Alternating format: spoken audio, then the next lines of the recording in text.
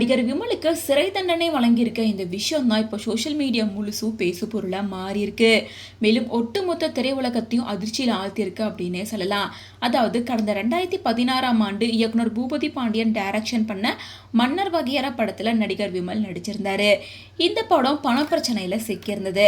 அதனால இந்த படத்தை தயாரிக்க விமல் ஃபைனான்சியர் கோபி கிட்ட இருந்து 4.5 கோடி ரூபாய் கடனை வாங்கியிருந்தாரு. அதுக்கப்புறமா இந்த பணத்தை திரும்ப கொடுக்கணும் அப்படின்றதுக்காக ஒரு செக்கை கொடுத்திருக்காரு விமல்.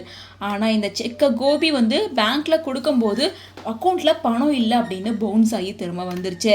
இதனால விமல் 4.5 கோடி ரூபாய் செக் மோசடி செஞ்சிருக்காரு அப்படின்னு சொல்லி தயாரிப்பாளர் கோபி சென்னையில இருக்க சிறு வழக்குகளை விசாரிக்கிற நீதிமன்றத்துல வழக்கு தொடர்ந்திருக்காரு.